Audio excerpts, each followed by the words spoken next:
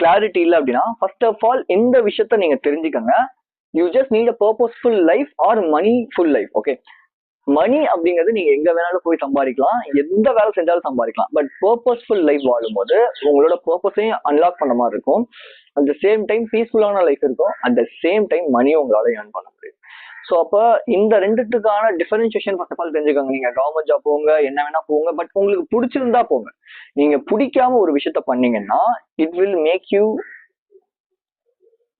Treat you as a hell. அது வந்து உங்களுக்கு ஒரு நரகம் மாதிரி இருக்கும்னு வச்சுக்கோங்க.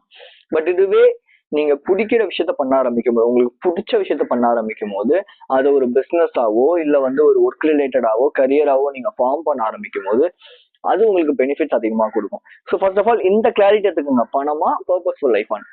தென் உங்களுக்கு என்ன என்ன தேவை அப்படிங்கிறத ஒரு 10 to 15 திங்ஸா நீங்க வந்து எழுதிக்கணும். ஓகே, சின்ன வயசுல இருந்து நான் இதெல்லாம் படிக்கணும்னு ஆசைப்பட்டேன், இதெல்லாம் பண்ணணும்னு ஆசைப்பட்டேன் அப்படிங்கிறத ஒரு 10 to 15 என்னென்ன இருக்கோ எல்லாத்தையும் எழுதுங்க.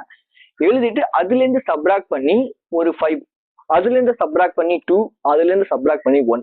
அந்த ஒரு விஷயத்துல மட்டும் உங்களோட நாள் ஃபுல்லா இருக்கிற மென்டல் எனர்ஜியை அதுக்கு நீங்க கொடுத்தீங்கன்னா you will gain clarity. Maybe அது உங்களோட லைஃப் பர்பஸா இருக்கலாம், மேபி அதை தாண்டி வேறையாவும் இருக்கலாம். பட் ஏதோ ஒன்று பண்ணாம இருக்கிறதுக்கு, சும்மா இருக்கிறதுக்கு ஏதாவது ஒன்று பண்ண ஆரம்பிக்கும் போது ஆட்டோமேட்டிக்கா நம்ம அந்த விஷயத்த கெயின் பண்ணலாம். கரெக்டா? ஸோ இதை பத்தி ஒரு டீடைல்டான ஒரு கோர்ஸ் வந்து நான் ரெடி பண்ணியிருக்கேன். என்னோட 5+ hours ஆஃப் ஒர்க் அதுல இருக்கு.